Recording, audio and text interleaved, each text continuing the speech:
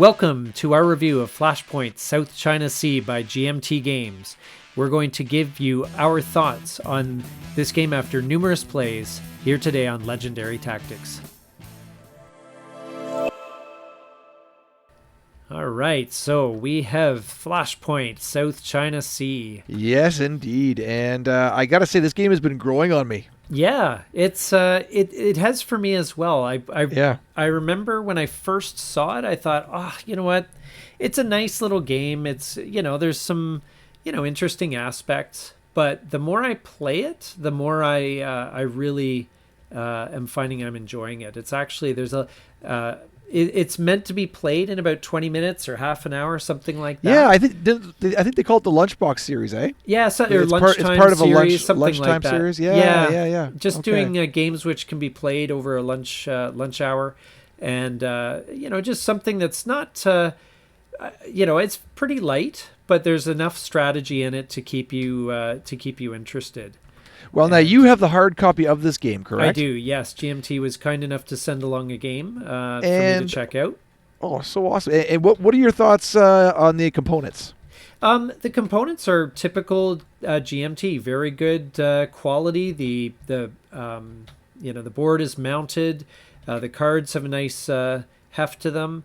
Okay. The player aids are player aids are probably a little bit lacking in some ways, especially the solo player aid. It's not really. I found when I was playing the solo games, I had to refer to the rules, which is never a good thing when there are player aids. But for a 2-player game, it's actually perfectly adequate. These player aids here are just fine. Now, you don't the even board need is to not that refer big, them. though, is it? Sorry. I was going to say the board is not that big, though, is it? It's not gigantic. No. Yeah, but it's to be honest, I really like the kind of muted color scheme. Okay. And you get the sense when you're playing it that this is a really slick kind of design. Like this, there's been a lot of thought put into this, even just down to the small touches. Like, for example, do you see Indonesia? There's that little triangle here. Yep. Right? That tells you when you're setting up that there needs to be a cube there. Oh, wow. So, there's all these little... So, if you look at Malaysia, so you can see the starting setup is there. Oh, so they've done just little touches just to make it a bit help clarify easier. The game setup for you. Yeah. And so, and the color scheme is kind of muted, but it's very functional. There's enough room for everything.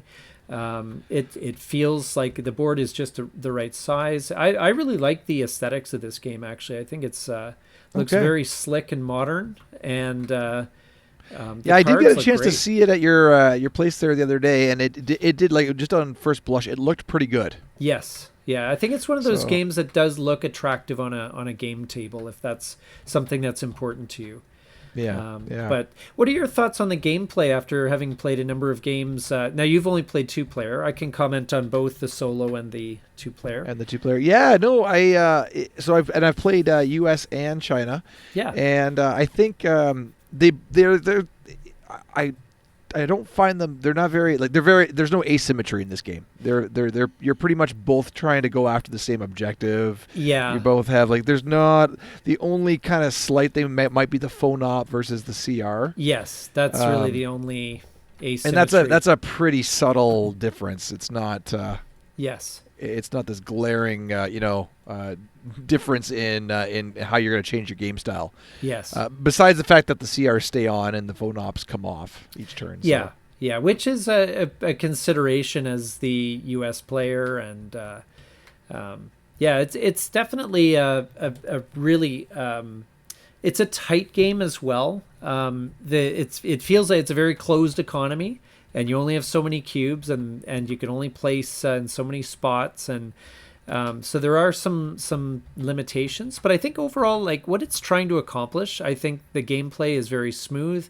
And once you've played one game through, like you're not going to struggle to remember the rules. This is something that's pretty One thing I love about the gameplay, absolutely love, is the that every single card basically gives you 4 outs. Yes. 4 different things you can do with it. Yes. And the flexibility of the cards like that. So even if you get a mitt full of your opponent's events in hand, yes, you can make it work. Like you can really work with those cards. You probably have to at that point. Well, yeah. But and I love that because that affects your card play, because you can say, "Ooh, I really want to take this event, but I also want to score Vietnam, or I want to score Philippines, and that do I give up 3 ops to score the Philippines and get 2 victory points? Is that worth it to me at this stage?"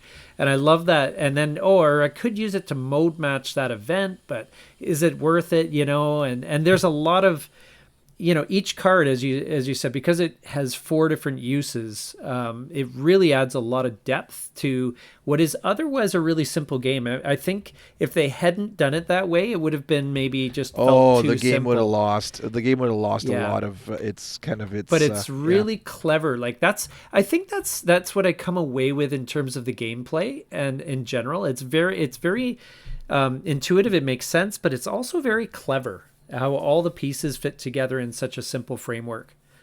I think Harold Buchanan did a very good job with this particular design. I heard rumors that it was actually in development for quite a few years. I'm not sure if that's because of the pandemic or what have you, but I've heard it was quite a long development process. But you know what? It aged like a fine wine. They did a very good job with it. I also really like the different scoring ways to score. I think that's a pretty neat thing. So it's not just the countries. Yes. You've got the phone op /CR scoring. You've got the economic scoring. Yeah. And the economic one is in particular interesting to me because each round, of course, you lose an economic in each counter in each country. Yeah. So whereas the diplomatic stays there as a permanent fixture. So you're constantly in this kind of this struggle. Do I get ahead in economics? Do I just let it go? Do I match my opponent? Like, what do I want to do with that? So it's and knowing that it's going to, you're going to lose disappear 1 cube at the end of the round. Do you invest in more relationships? I guess thematically, you're investing more in relationships or more in the economic side of things, which, hey, money is spent, money is lost, money is is embezzled, so that's why it decreases every turn, and you have to kind of, I like it that it's a subtle distinction between the 2 tracks, but I really think it works well. Oh yeah, it's a great mechanic built into the game. Yes. And along with even the CRs and the phone ops, which also add into each country's total scoring as well. So it's where they're connected. It's kind of a neat that's another neat thing that they've added in it. But you can score separately for the phone op and the CR scoring. So yeah, that's good. Anything that you don't like about it? At first I thought, this game is just so it's just a back and forth. Like it's just basically like it's like a tug of war with no basically almost like balanced cards and then you had mentioned to me, and we didn't get it on our very first playthrough, about the bidding. Yes. And so once the bidding came into effect, I thought, okay, well now someone's starting behind the 8 ball. Yes. For the privilege of playing China, and then and generally. So that kind of changed it too, and then I wasn't sure how I felt about that, but I think that's kind of neat a neat way to sort of balance out the if there was some imbalances in the countries winning. Yeah, and it was kind of, I think, your initial impression. You weren't too fond of the bidding because it's like, make a balanced game, or it just seemed like a kind of a jerry-rigged kind of way of fixing the problem, Yeah, that was my initial thought, because I thought, well, why don't you just actually make some cards that would, mitigate the perceived Chinese advantage. Yeah, yeah, and I guess that could have been the case, but it may have been either too tricky or not, or it would have put the balance in the other direction. Yeah. Yeah, and so bidding is a way to balance that out, I think. What's your thoughts on the bidding? I don't mind it. As I said to you earlier, it's something that players of Twilight Struggle do as well now, because the USSR in Twilight Struggle is perceived to have an advantage, and so in tournament play, you bid to play the USSR. You have to sacrifice victory points to play the USSR, and that I think in general they say, if I can't remember offhand if it's 1 or 2 victory points. Effectively balances the game and makes it a true back and forth affair between the US and the USSR. So it's a small change without requiring a complete redesign, Right. So Right. but I'm glad they recognized it, and they found a solution that I think is generally workable. What's interesting is the fact that you even have to bid on it. They just wouldn't automatically say, they wouldn't impose the rule. It Yes. is now a 2-point. Yeah. You basically start at -2 as China. Yes, typically -2 or 3 or Yeah. whatever. But it can also help balance out players of varying experience. So That's true too, and you could say that too. If for Yeah. a beginner player, maybe it goes to 3. For a little more veteran, it goes to 1 or 2. Yeah, yeah. So Just a couple things I wanted to comment on before we wrap up here is the political warfare track is a neat mechanic. It's where you. it seems costly to me. That's It another is thing. costly though, and I've used it. I think when it's very useful is when someone has, say, for example, like if you were in the Philippines here, that might be a good time for the because you lock that down and you remove all the cubes, right? So And then you score it. and then you could potentially score it. So So it's, I know in the game we played, and I was a little bit confused because you spent 2 turns getting the political warfare stocked and then applying it, and then you locked Vietnam and you never scored it. And I thought, Yeah, that was yeah, weird. I know. I'm still getting a sense of what to do with it or how to use it well.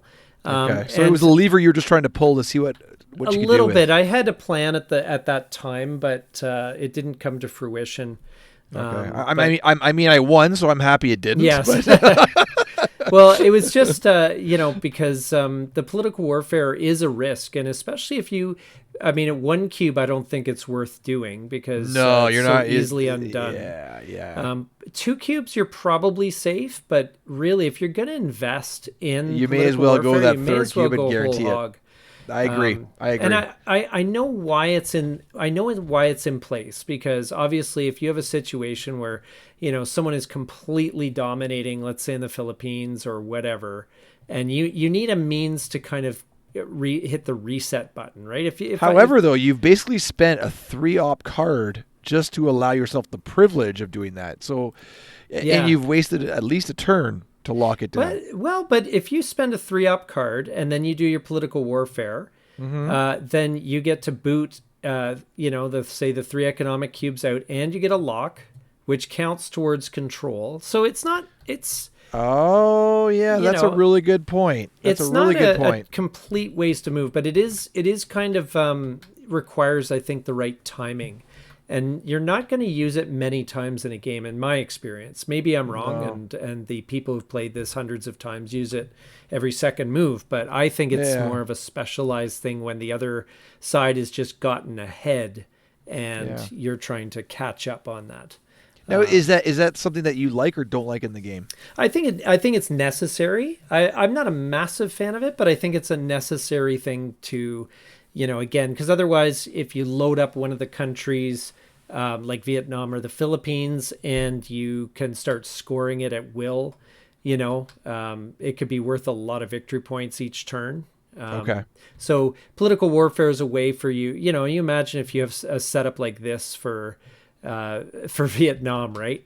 I mean, you've got 8 cubes there. Now Vietnam can only score 3 at max, but yeah. Yeah, but it's a big investment. But if you happen to have a Vietnam scoring card in play, you're like, hey, I score 3, and then you only lose 1 economic cube the next turn. And you're going to be scoring 3 again. And then you'll be scoring 3 Yeah. again. And so so I think political warfare was necessary to prevent that kind of situation. Right. So now, is there anything about the game that sort of that you're not you don't love?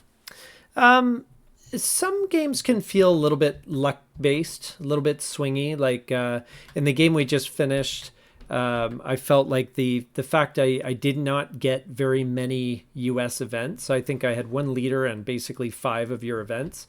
It's a little bit hard to play that because you know that there are going to be Some mode matching going matches, on. and it can be tough that way.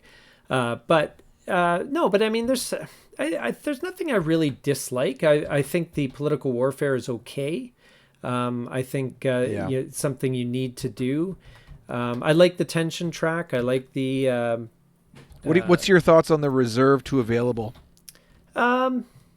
Again, I think it's just to. I think that there needed to be a cost to pushing the tension to critical for either side, because especially as the U.S., if there wasn't, And there are some card events too that go to reserve as well. There are, and that can be pretty devastating. In fact, in the last hand we played, I had one of your events that put my cubes to reserve, which is not good. So, ideal. It's like it's 2 cards to get them out of jail, basically. yeah. And that late in the game, you want to be sending as many cubes to reserve on their part. So no, I think overall there's nothing I really dislike. I can just talk about the solo experience really quick. Sure, though. yeah, please. And just that some people, I've seen some reviews where people say that it's a bit there's a bit too much checking and so forth in terms of like each card that you flip up, you have to run through a procedure which some people felt was a little too intricate. I've played coin solo, and I've played Fire in the Lake and a distant plane. Cuba, well, Andean's an easy bot, but a distant plane and Fire in the Lake, those bots are tough. Those are pretty dense flowcharts. So compared to that, this was a breeze. It works well. It gives a good challenge, and I think the moves are reasonably intelligent for the bot, and I'll be posting some solo games up so people can see them, but it's handled quite well. I think it's about as good a bot as you could have for something like this, and it gives enough of a challenge that it's a fun little thing. So if your game partner is sick during your lunch hour, then you can go through. Fire up a solo game. Yeah, you can fire up a solo game, and are there different levels of complexity on it?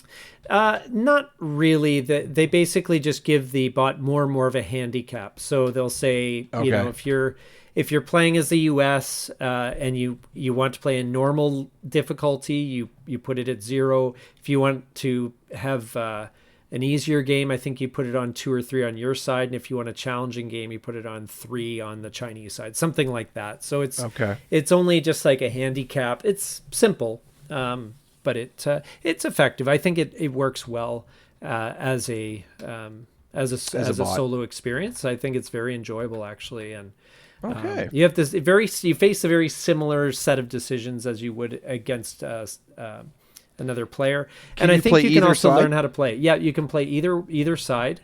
Yeah, because they're pretty much similar, so I could see that being. And do all the same rules apply? For the most part, there's some things like political warfare happens based on a card draw. The bot doesn't have a track where they load up their political warfare track before they do anything. They also don't have to deal with a reserve. It goes straight to available. Yeah, everything's available. They also, it's just like a few. Do they lose economic pieces? Do they have the economic sweep at the end? What do you mean the economic sweep? At the end of each round you lose an economic piece. Oh yeah. All that stuff's the same. Okay. But for example, leaders they just adjust the tension. They don't get the one-op. There's just a few little things. Okay, but it's not too bad. It's just a little bit of extra rules overhead. And actually, it's not pictured here, but they actually have a separate rules of play for the solo game. If you were playing the game solo, you wouldn't need to reference the 2-player rules of play at all. You just read the one rule book, and that's all you need. And for the Solo, if you're playing 2 player, you don't need to refer to the solo book. They're both independent of each other. Oh, interesting. So Yeah, they have it's a kind separate rule for the yeah, solo. yeah. Excellent. So you just read the rule book of the style of game you're going to play. So I thought like from that again, like I just feel it was very slick design, very well put together, and I think it represents this. I think it represents what they're going for very well, which is to give people an introductory game that plays quickly, that gives a little bit of strategy, a little bit of depth, but it's also going to appeal to more hardcore gamers that are, interested in having, say, a warm-up game or filler game, and they want to make sure that they're playing something with some substance. And I think this fits the bill. Well, that point you just made there is actually, I think, spot on, and no greater example than our own Flash here at Legendary Tactics, who generally shies away from the GMT catalog. It's just not what he likes as much. And when you sat down with him, he was right engaged into this one, wasn't he? Yeah, he actually really liked this game, and now when I was teaching him, and this is something that other people might want to consider. Is when I was teaching him, I left out the political warfare rules on our first playthrough. So I just didn't touch on that. Didn't bother with that. I didn't bother with that. And then when I introduced it later, it was very easily absorbed, because I find the political warfare rules maybe a little bit tougher for a newer player, where they're just trying to figure out, just the game mechanic. Yeah, where do I put my cubes, and to go along and play a game against someone, and then they load up like Vietnam like this, and I'm like, haha, you're locked out, all your cubes are gone. It can be a little bit discouraging. So I would encourage, just for the first game, when you're teaching someone, is maybe leave out the consider political that warfare. part up. Yeah, you're not going to break the game, either way. It's still a fun game without it. And I just think it's better to introduce it that way. Yeah, and you and I talked about this is like kind of a great gateway game into GMT games as well. So yeah, I think so. I think they're planning other ones in this series, in the Flashpoint series. As you can see, the rulebook says Flashpoint series Volume 1. So there will be other ones that will use a similar system or what have you. I don't know all the details there, but well worth checking out. Something to look forward to. Yeah. So what's your verdict? Oh, I think it's going to hit the table again. Yes, I think so. And for yourself? Yep. Either as a solo game or 2-player game. I think this is a nice, if you're looking for something nice and light, as we said. I think this is a great thing. A great game. So we hope you enjoyed the review here, and you learned a little bit about Flashpoint South China Sea. And by all means, go pick it up if you get the chance. Thank you so much for watching. This is Legendary Tactics.